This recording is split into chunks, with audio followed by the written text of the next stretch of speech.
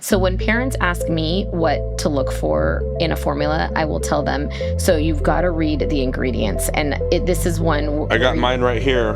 Perfect. Okay. So what are your first two ingredients? Organic whole milk, organic lactose. When you have whole cow's milk, you're getting the whole fat, including the membrane that envelops the fat cell. That membrane is called the milk fat globule membrane, or MFGM.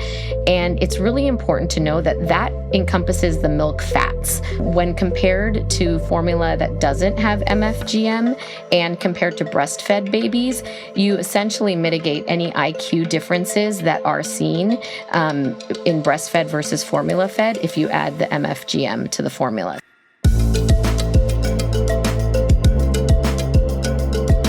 Welcome to The Unplanned Parent. I'm Dr. Angelica Rompal, known to my patients as Dr. Angel. I'm a board-certified pediatrician focused on integrative and holistic medicine, and I'm joined today by my brother and co-host, who once measured success in passport stamps and powder days, but now measures it in ounces consumed by his adorable baby, diapers produced, baby burps, and also he likes to count the skin flakes on his little bald cradle-cappy scalp.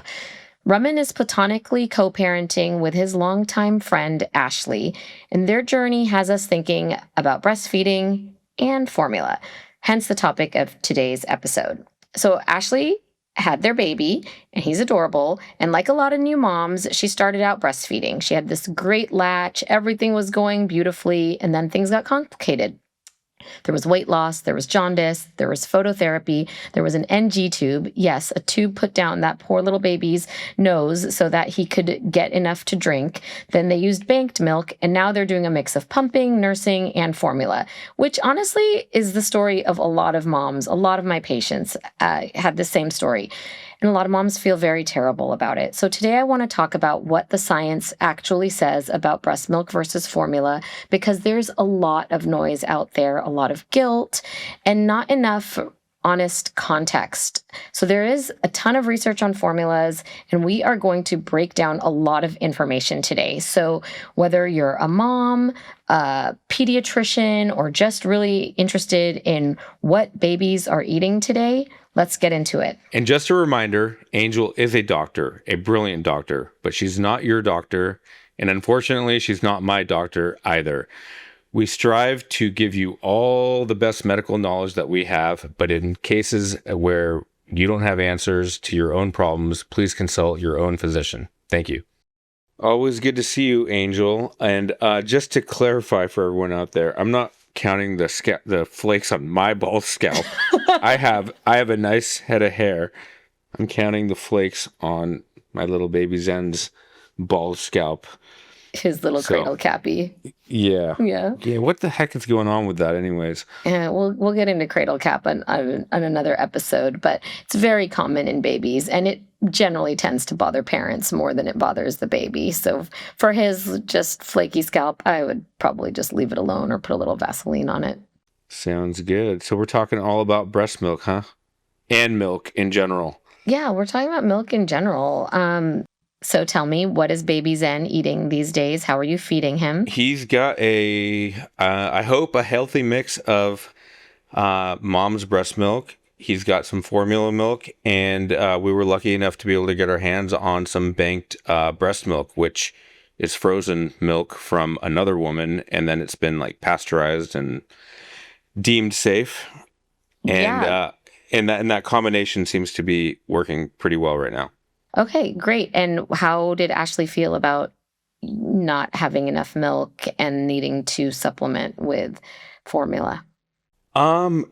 She felt inadequate at first. Yeah. And then I had to explain to her that, if we lived in a village with family and friends everywhere, we just give the baby over to whoever was currently lactating. And that's the way that humans kind of survived and thrived. Yes, exactly. Unfortunately, in our modern society, that's not how it kind of works anymore. And that you're not alone. It's very common. And it was a moment of feeling inadequate. And once she saw the data and how this is totally normal, she felt better about it. So I think at this point we're both okay with the trifecta of different kinds of milks. I think there has been some questions on, which formula is the best and why are there so many choices and so many varieties when shouldn't someone by now have been like, this is it? This is the best one. That's great. And we will definitely get into that. How did you feel about Ashley not having enough milk for babies in? Well, knowing that you were a formula baby and turned out pretty good, I felt good that you're Me good. and That me and Michelle Obama, both formula yes, fed, both so far so good. yeah. Actually, Ashley told me that, and I was like, well, what if Michelle had breast milk? She might have been the president. No, I love Michelle Obama. I think she's incredibly awesome, almost as awesome as you. So, and look, the whatever research I did seemed like this is a perfectly fine substitute. And, I don't know exactly if there's been any long-term studies on outcomes with babies from pure breast milk versus formula milk. So anyways, I think the hybrid of, now she's producing a lot more milk than she was the day before and the day before that. So every day is getting a higher concentration of her own milk. And, and then we supplement it with other breast milk, which apparently is different than her breast milk because it's been frozen and has gone through some processing-ish kind of stuff. And, and then we find some good formula that we're like, oh, Germany approved it. Must be good.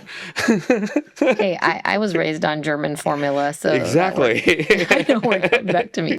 But that was not because our mom was importing German formula. It was because I was born in Germany, just for listeners and audience out there. So, but you mentioned you're using some other people's milk. So you were using some banked breast milk that you found. UC San Diego has a breast milk bank. So moms who are overproducing can donate their milk to the milk bank, and then the milk bank sells it back to people like you at exorbitant prices.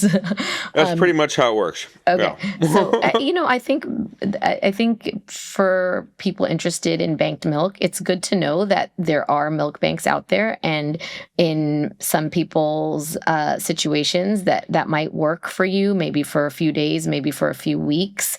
It's hard to sustain banked milk because it tends to get really pricey really fast. And also there's some limitations on how much they'll even give to a healthy full-term baby. I believe after 1 month of life, you have to have a prescription to get it. I could be wrong on that, but I feel like I read that somewhere. Yeah, and there's going to be really few, I can't think of many instances where there's a medical reason, unless the baby's premature. Premature or has significant gastrointestinal problems, congenital problems in the GI system. He does fart and poop a lot. Does that work? Thankfully, that's normal, healthy baby stuff. So I hope that babies then will not be getting a prescription for banked breast milk. And to be honest, in a full-term healthy baby, I'm not sure you're getting so much of a benefit, especially in a case where you already have some of mom's milk, because Ashley is nursing and pumping. So you have some of mom's milk that has all the fresh, live cells, immune cells, and then there still are some of those in the pasteurized milk, but a lot of those they're not in their fresh live state as they are when they're coming directly from the mom, because it's been pasteurized, which you want because again, we're not living in the old school villages where we would just hand the baby to the person that has plenty of milk.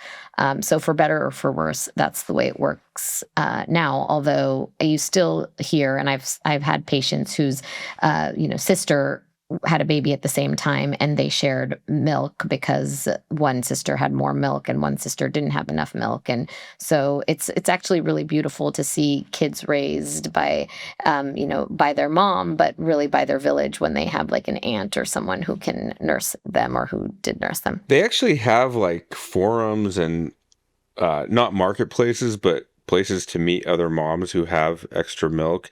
I don't know. I'm a little wary of that because you just don't know what kind of I don't know, diseases Yeah. might be there. I'm paranoid, so. Yeah.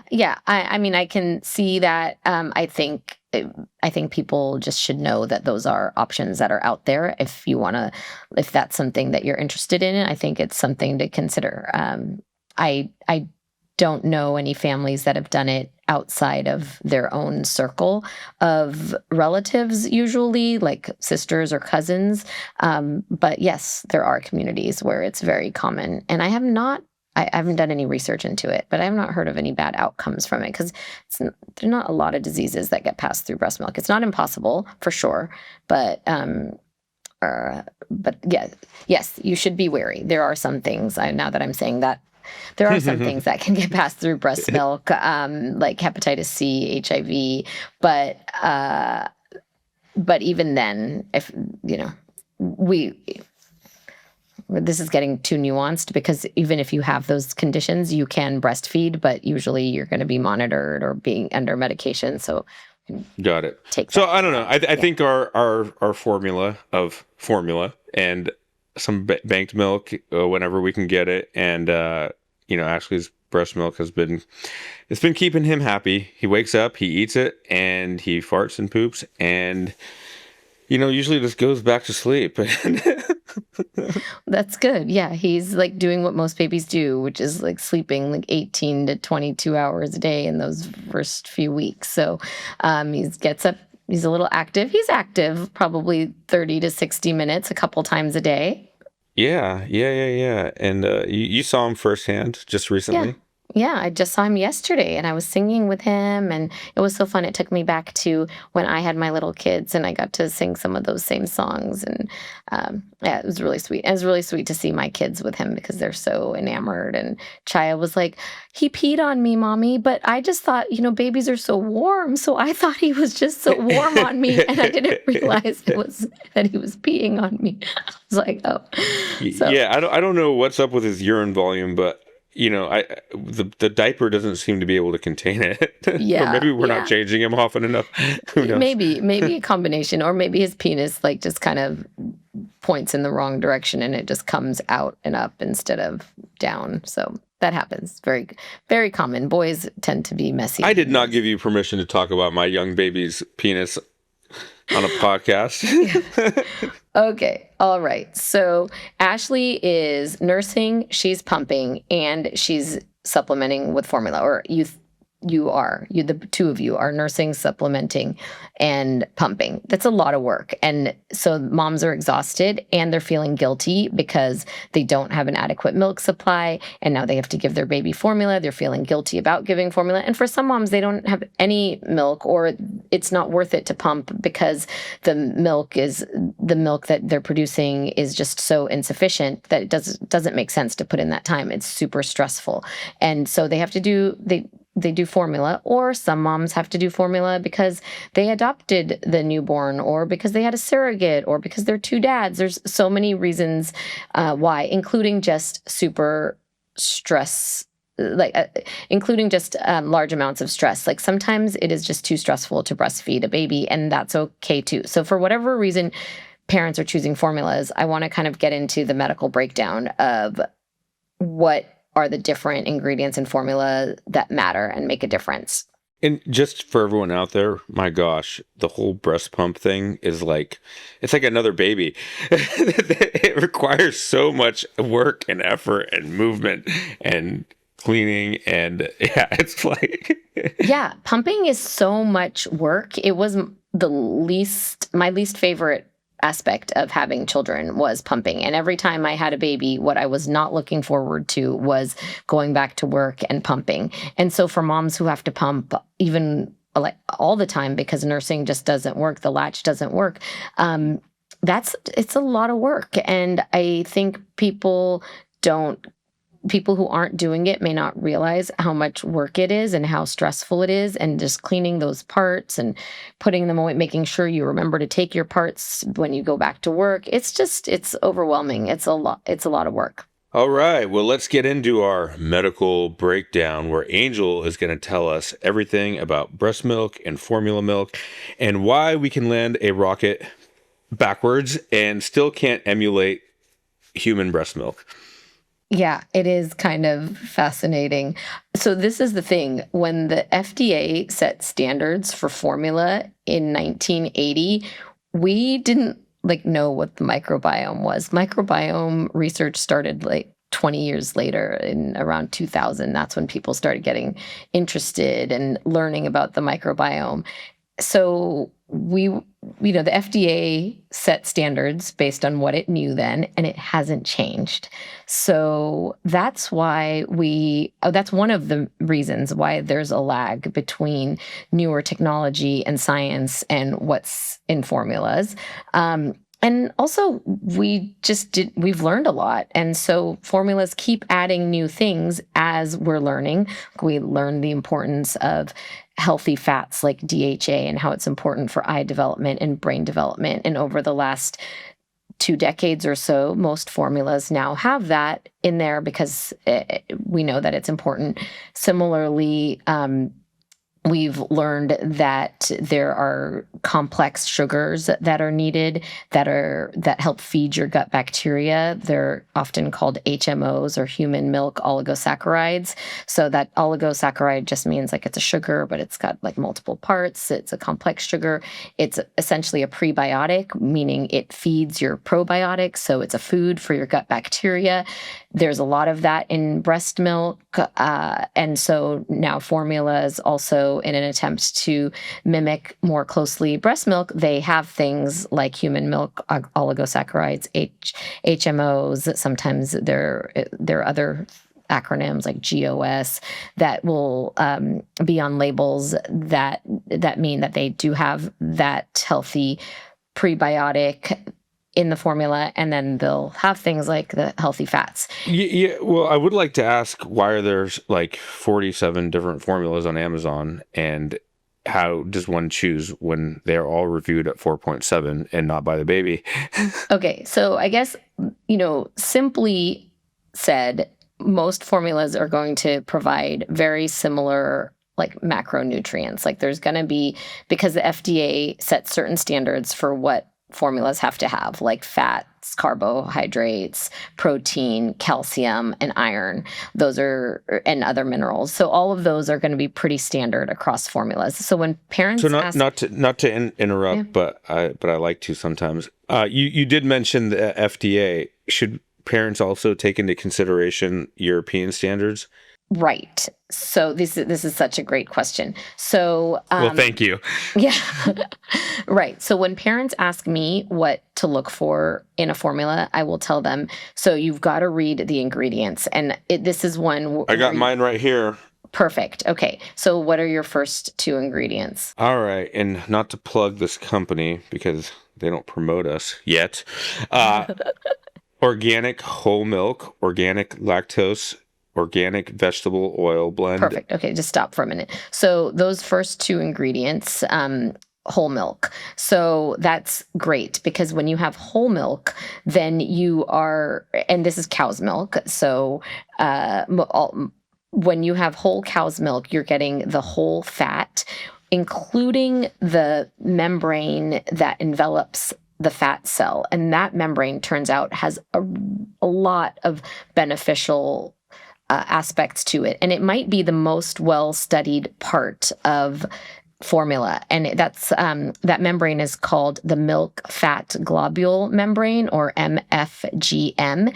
And it's really important to know that encompasses the milk fats. So if you're looking at a formula that says, it has whey protein, and then it'll tell you, oh, the whey protein has MFGM components, that's kind of like saying orange juice has fiber components, because there's little tiny bits of pulp left in there, but it doesn't. You have to eat the whole orange to get the fiber. So you really need fat, like cream or whole milk, to get the milk fat globule membrane, the MFGM component. So that's great that your milk has that. Now, organic versus conventional, there's really no data on that. So I mean, if possible, sure, maybe there's a little bit less pesticide, but there's really we're not I wouldn't hang my hat on that so much as the ingredients. And I want to just put in another plug for the MFGM. This has been really well studied, and you get some of, when compared to formula that doesn't have MFGM and compared to breastfed babies, you essentially mitigate any IQ differences that are seen in breastfed versus formula fed if you add the MFGM to the formula. So it's really important, and it mitigates any IQ differences and developmental differences. Just to clarify, will that be listed in the ingredient, or is that just a component of the whole milk? So you need to have either whole milk or cream or some form of milk fat, maybe buttermilk that comes from the cow's milk. So here's a little kicker, or a little interesting tidbit. Our pediatric office gave us a bunch of free formula as we left. Yeah. I don't think they said we recommend this. They just gave it to us in the bag. First ingredient, you ready? Yep. Organic lactose. Second ingredient, organic partially hydrolyzed whey protein. Third, organic high oleic sapphire oil or sunflower oil. Okay. So not horrible, because lactose is the sugar that you want. So that's also good. A lot of formulas have corn syrup solids as their first or second ingredient. And so I would definitely steer away from that. But here, there's no milk fat in this. Right. And it's not horrible where we want to be living, because when you go to a restaurant, you eat and you're like, this is not horrible. It also means it's probably not great or good. Yeah. So, but I mean, I think that's there's better and then there's worse. And so they've given you a partially hydrolyzed formula, and that also is a little bit confusing. So for most babies, having a standard formula is probably going to be okay. For babies that are, maybe high risk for allergies or have some conditions that may develop later, sometimes pediatricians might recommend a hydrolyzed formula. That means the proteins are broken down a little bit, and not just because that's easier to digest, but that might lead to babies having less allergic responses or triggering less of an allergic profile in some babies at risk. So there is some data to support the use of hydrolyzed formulas. It's something to talk to your doctor about if you think that's needed. I think it's safe to say whole milk as the first ingredient is good. I think, yeah. And at what point, so both of these have a ton of ingredients. At what point down the list can you stop reading? So I would look for something that says HMOs, or something that says like oligosaccharide, something to that effect. So HMO or GOS, because those are going to be the sugars, the complex carbohydrates that feed your gut bacteria. And I would look for DHA or ARA or something that says healthy fats. So there a lot of times, if you look on the formula websites, and this is advice I would, I hope parents out there would look at websites, because the websites will go into the ingredients and they'll usually also explain away what the different ingredients are there for. But you have to be careful because, like I said, sometimes they'll say, whey protein is a source of naturally occurring MFGM components. I'm reading this straight off a formula's website, but that's that the protein doesn't contain the MFGM. The fat contains the MFGM. So while it's great to have whey protein is the protein we want. There's a high percentage of whey protein in breast milk. But if you're getting whole milk, like Rumman's formula is, for example, Rumman, why don't you just tell us what formula you're using? It is called Nara Organics Whole Milk Organic Infant Formula. Okay, so we don't know anything much about this formula except that it does have whole milk as the first ingredient. So the ratio of whey to casein, which are the two dominant proteins in milk, it's going to be the most likely to mimic human milk. So you're using words that maybe not everyone knows, like Cajun. Usually we use Cajun for economics. I wouldn't know that. Okay, so there's just different proteins in milk, and breast milk has a certain ratio of these proteins, and cow's milk mimics that pretty closely. So if you're using a whole milk, then you're going to get that ratio. That is probably the most like breast milk that you're going to get. And also you're getting all the fats from the whole milk versus a lot of the formulas.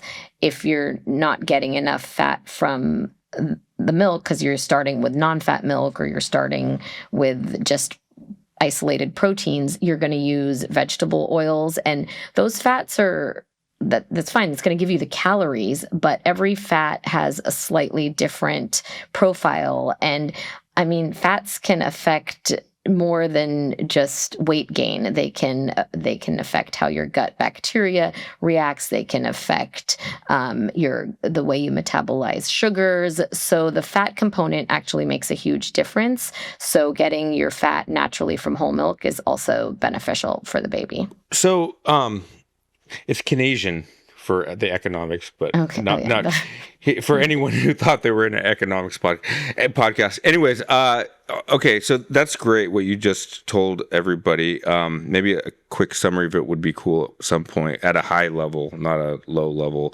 and and to look for any ingredients that are like the negatives. Okay, right. So you're going to want to look for, ideally whole milk, something with HMOs, human milk oligosaccharides, to feed your gut bacteria, something with healthy fats like DHA or ARA for brain and gut health. And if it doesn't have whole milk or cream or buttermilk, you want it to either be, you want to look for proof that there is a source of milk fat globule membrane in there. But usually those are going to come from milk fat. So if there's not whole milk fat in there in the form of butter or cream or whole milk, you might not have that in there. And so I would dig a little bit deeper for that. Is there any ingredient to look for that is like, oh, we can't buy this? Like parabens in plastic or something like that? Right. If your first few ingredients contain corn syrup solids, that's usually a red flag for me, because that's a different sugar than lactose. I want my baby to get lactose because breast milk has lactose. It is uncommon for babies to become lactose intolerant because most babies do not become lactose intolerant in the first 2 years of life. And I think that's just evolutionarily, if babies are breastfeeding for the first year or two of life and breast milk contains lactose, then babies just can't really be lactose intolerant. So when the ability to digest lactose goes away, as so many people become lactose intolerant as they get older, that usually starts after age 2. So most babies can handle lactose just fine. So I don't think there's a need in most formulas to use corn syrup solids, which is glucose sugar instead of lactose sugar. It makes me think of a Coca-Cola. Yeah. Well, so that's a little different. That's high fructose corn syrup. So that's different than just using corn syrup solids. But yeah, they're all also not lactose. Also not good for children, by the way. Yes. Don't put Coke in a bottle. Yeah. Okay, so I just want to say a little bit about partially breastfeeding, because a lot of moms are like, is it worth it to keep pumping? Can I just do formula altogether? And so that depends on your level of stress. I think there's breastfeeding success and then there's breastfeeding stress. And so you have to figure out what balance of that works for you. But if you can pump, yes, partially breastfeeding is great. You're giving a lot of the benefits still to your baby. So I would keep breastfeeding or pumping if that works for you, because all of the live components like the immune globulins, the mRNA, the immune cells that you're passing, the microbiome, gut bacteria that you're passing, the prebiotics, those are all like like your breast milk is a living, it's a milk filled with living things in it. And isn't it true that the breast milk also changes with the age of the child? And so it's like constantly reformulating. Totally. So breast milk changes, like that first month that you're making breast milk is different than as the baby gets older. Of course, the first few days, the colostrum is different so breast milk matures and evolves as your baby evolves. What's so fascinating is if a baby's born premature, like we know at least for like that first month of prematurity, so if baby comes at like 36 weeks instead of 40 weeks, that premature breast milk is different than Oh, wow. term breast milk. So it's almost like the body knows that I need to give a little bit more of those nutrients because this baby's premature. So it's really, really interesting how breast milk can evolve. And not just as the baby grows, but even during the course of a day, breast milk varies. In the morning, it's usually more watery. Women who pump will see that the layer of fat is really a thin layer of fat in the mornings with larger volumes. And as the day progresses, volumes tend to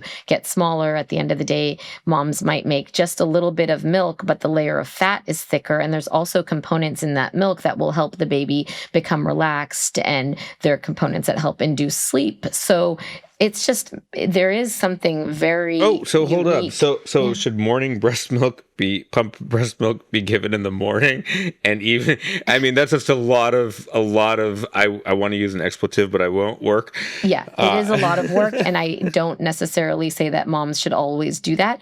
But I think moms who pump at work will sometimes just write like morning, like AM, like the date and AM and the date and PM, or, so you kind of, so if the next day the babysitter is feeding or grandma's feeding your baby, she can kind of do it at the same time. Like if you're doing that, and yes, I think if that works for you. But again, everything just depends on how stressful it is for the mom or the parents involved. And if it's too stressful to pump and you decide to do formula, then that's okay. So that's what I want to talk about today. But if you can pump or if you can nurse, then you're doing really great things for your baby also. So, It's interesting that you mentioned stress, because I think of, if a female's body is stressed, they might make less milk. I could be wrong, but 100%. You're absolutely right. If they're more stressed, they are going to produce less milk. If they have a chronic illness, they might produce less milk. So yes, it's kind of a vicious cycle. Well, you've given us a lot of information. I think I would like to know, like, what are the long-term effects, if we know, of pure formula babies or pure breastfed babies or hybrid babies. Especially now knowing that, the breast milk is it's kind of like a ever living organism that's changing. We should create a formula that is like 1 day old, 2 day old, 3 day old, 4 day old, and we could sell a can for every day that the kid is alive. Anyways, take it away from there if you want to. There are a lot of suggested benefits seen in breastfed babies compared to formula-fed babies. When you control for maternal education and socioeconomic status, a lot of these differences disappear or become smaller or less statistically significant. But some differences remain, and those can sound really scary, like type 1 diabetes risk, leukemia risk, inflammatory bowel disease risk, and there's others. But I want to break down some of these for you so you can understand what it means to have like a 25% risk reduction. That sounds like huge when it comes to something like type 1 diabetes, and you think you want to do that for your kid. But I just want to take it one step further so that people understand what the differences are in terms of like real numbers. So like take type 1 diabetes, for example. So there's a risk reduction of 25% in breastfed babies when it comes to developing type 1 diabetes. And so if you have a baseline risk of type 1 diabetes of 25 per 100,000 kids, which is about right, and you get a 25% risk reduction, breastfed kids would then have an incidence of about 18 or 19 per 100,000. So it's not like just because you breastfeed, your kid is not going to, is not at risk of getting type 1 diabetes. It's just that risk is lower. So you would have 6 fewer cases of type 1 diabetes per 100,000 kids in the breastfed group. Similarly for leukemia, since the baseline incidence of childhood leukemia is around 5 per 100,000, you get a 20% relative risk reduction. So you would get about 4 per 100,000 in the breastfed group. So does that make sense, Roman? Yeah, it makes sense. It's basically a very, very tiny number. Right, because the incidence of things like type 1 diabetes and leukemia is small. When we look at really common infections like ear infections, where 60% of kids have had an ear infection by age 1, so the benefits of breastfeeding there turn out to affect a lot more children, but the outcome is not as concerning as something like type 1 diabetes or Leukemia. or leukemia, of course. But so there are these benefits. People are just more willing to, we're okay with some kids getting a little bit more of the stomach bugs and ear infections, especially in places in the US where we have a lot of resources, medical resources to address those situations. But I would be remiss if I didn't mention infant mortality, which is also affected by breastfeeding. And this is also very nuanced, though, because in other countries, if you look at some of this infant mortality data in breast versus bottle feeding, it's very much affected by the presence or absence of clean water access. So if formula-fed babies are not getting clean water with their formula, they're getting more diarrheal infections anyway. So that is nuanced. But even controlling for a lot of factors in the U.S. infant mortality, there is a reduction in breastfed babies, and there's SIDS reduction in breastfed babies also. And so once again, are these reductions like we're talking about fractions of a percent? It's a little bit more than that. So none of these are fractions of a percent. They're all like big reductions. So if we're saying like for type 1 diabetes, it's a 25% risk reduction. It's just that the incidence of type 1 diabetes is so low. That it would be like, when you talk about like 6 out of 100,000, we're talking about fractions of a percent, right? Yeah. Not to get too into the numbers, but I don't want to be an alarmist about SIDS, but all new parents are thinking about it. So in addition to having your baby sleep on a firm, flat surface with nothing soft in the sleep space, having the baby have his own sleep space, not sharing a bed with you, maybe having a pacifier if he'll take a pacifier to sleep. One of the other things that we know reduces the risk of SIDS is breastfeeding.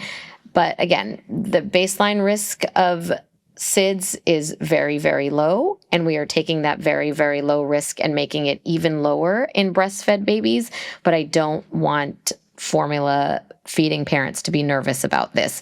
Other factors you could control that are maybe more important are not smoking at home, or, and the sleep environment that I mentioned earlier. But for moms who are nursing and breastfeeding, that is another known benefit.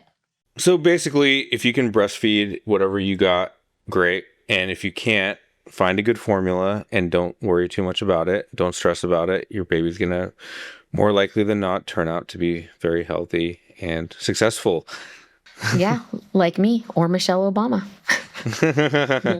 You're tooting your own horn there, Angel. I know. Well, I think we should move on to, is this normal?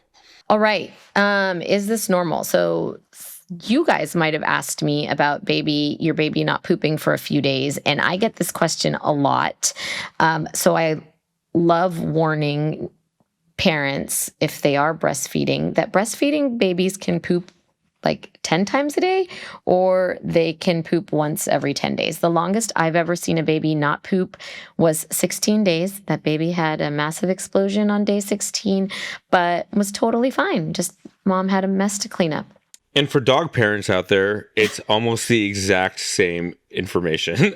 No way. Are you serious? Yeah. My vet told me your dog can poop 3 times in a week or 20 times in a week, and it's normal. Okay, well, who knew? Okay, the other thing you asked me was about spitting up, and spitting up is also normal. Babies tend to they have a more relaxed lower esophageal sphincter, which is the valve between the bottom of the esophagus and the belly. And so things just tend to come up in that more frequently. And so when the baby burps, there might be some milk coming up, but you don't see it. Spit up is just kind of like the burp that you see. And then a parent worried. Given the cost of, the value of breast milk, should I try to refeed that milk to the child like a bird? I mean, if you really, or why don't you just lick it up and eat it yourself? Ooh, not bad. All right, I will think about that and get all the nutrition for myself. Exactly. So, I do like to warn parents, because parents worry that, is this hurting the baby? Is it like reflux? And it's not acidic reflux. I mean, it's technically a something coming up, and that, I guess by definition, you could say the milk is refluxing up, but it's not like acid reflux. It's not anything bad. It's not hurting the baby. Most babies do not have acidic milk coming up. They're not usually in discomfort from it. With my child in particular, which sounds really strange to say. Still, yeah. Yeah. After he feeds, I will burp him upright and like pat him on the back, put him over my shoulder. And, he might burp or whatever a little bit. And then I lay him flat, and all of a sudden the milk comes out. And it's like, dude, what? I just burped you for 15 minutes and now you're now you're actually like spitting up. Which freaked me out, because it's like, well, what if it's in the middle of the night and you burp him and now you're putting him on his back, and that's when he tends to spit up. Yeah. It's another thing that really worries parents. And we kind of rely on babies' natural instincts and the involuntary reflexes that babies have that are really good at protecting the airway. So that's why it's safer for babies to be sleeping on their backs, even if they might spit up. They are very good at protecting their airways and swallowing the food back down or having it come out of their mouth. Oh, and the spit goes far. So it's like, that kind of keeps me like, I'm like, wow, that really projectile. Okay, well, so don't use that word projectile, because that's actually more concerning. So babies should not be having really forceful spit up, or if it's kind of like if you're holding the baby over your shoulder and it shoots kind of across the room, that is more concerning and needs to get evaluated by your pediatrician. But if it just kind of comes out and then dribbles down the side of the face, that's totally I think that's normal. The most common thing he does, but I have seen it projectile a little bit. All right. Well, I from what I saw, his spit up looked very normal. And since your sister's a pediatrician, I think I can reassure you for now.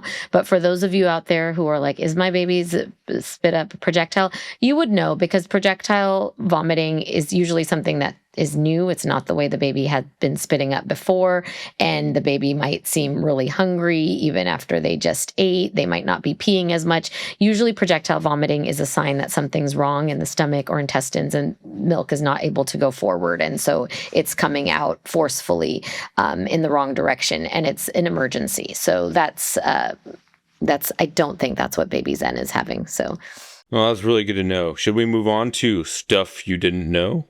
Yes. Okay. So bringing it back to formula again, I think most people don't know that U.S. formulas have a lot more iron than some other countries' formula. And you would think that's not a bad thing, because iron is so important for brain development. And in fact, back in 1980, when the FDA first set its standards for formula, there was data on iron. And there's really good data looking in other countries, babies who were given iron in infancy and babies who weren't. And the IQ differences were pretty impressive. So we know that you really need iron for baby brain health and cognitive development. But what we didn't know was about our microbiome. And it turns out that too much iron actually might help less healthy bacteria flourish in our microbiome. And we don't want that. And so one of the problems with a lot of today's formulas might be the excess amount of iron. like US formulas have 2 to 6 times as much iron as some other formulas. But not to worry, for parents who are about to have babies at least, there is now Operation Stork Speed underway, and the FDA is reevaluating the science on formulas. And so we might finally get that formula that you want, Raman, the one that changes from day to day, the one that can like land your rocket on the moon, whatever, backwards.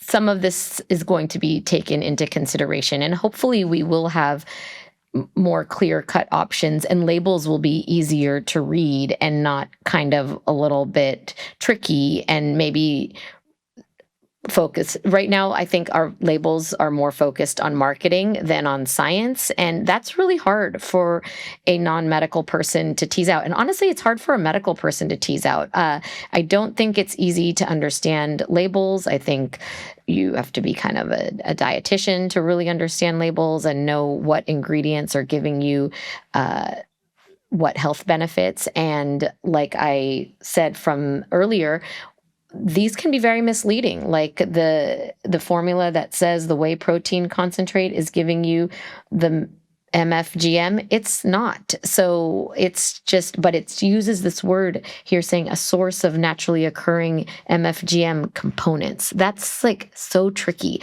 Like I think the average parent's like, oh, MFGM, check. But you really got to look at the ingredients, and you got to find that cream, that whole milk. And so hopefully that will become a little more standardized and a little easier for parents to navigate. Well, that's all been very, very helpful information. I do want to say one more thing about stuff you didn't know. When it comes to maternal risk reductions, I don't think we talk about that enough with breastfeeding. So there's actually a lot of benefits to moms who are breastfeeding, specifically reduced risk of breast cancer and ovarian cancer and cardiovascular diseases and type 2 diabetes. So breastfeeding might actually be more beneficial to the mom than the baby. And these are dose-dependent benefits, meaning the longer you breastfeed, the more months you breastfeed. So, if you have 2 kids and you breastfeed each one 4 months, that's 8 months of breastfeeding. If you have 1 kid and you breastfeed for 12 months, that's 12 months of breastfeeding. So the longer you do it, the more meaningful benefits moms tend to see. Now that you brought up that, I mean, how long are you allowed to breastfeed a child? Oh, well, there's no rule. There's no right or wrong on that. That's like, it just depends on socially how accepting your community is of breastfeeding. I was just talking to someone yesterday who said she breastfed her son till he was 5 and her daughter until she was 3. So, if your kid is okay with that and your community is okay with that, I mean, if you're okay with your community not judging you about that, that's totally fine.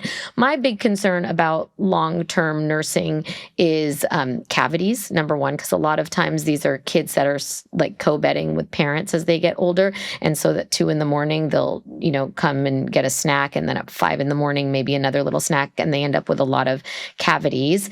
And also kids that drink too much milk, whether it's breast milk or cow's milk, especially as they get older, they tend to not eat other forms of food as much. And so that could be awkward.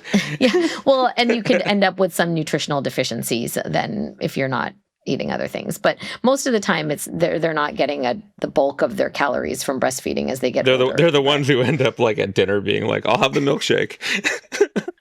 It tastes different here than when I have it at home.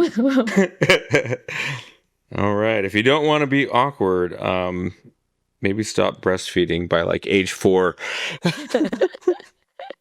Again, I think it's very societally and culturally dependent.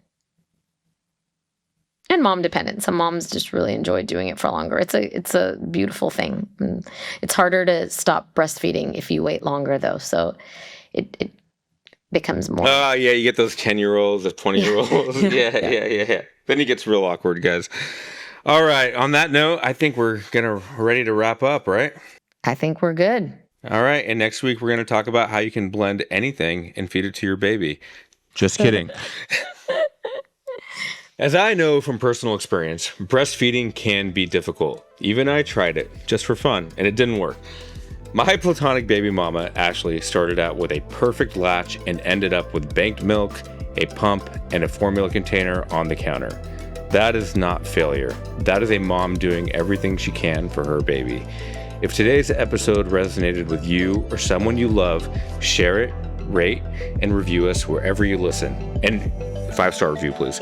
And see you next time.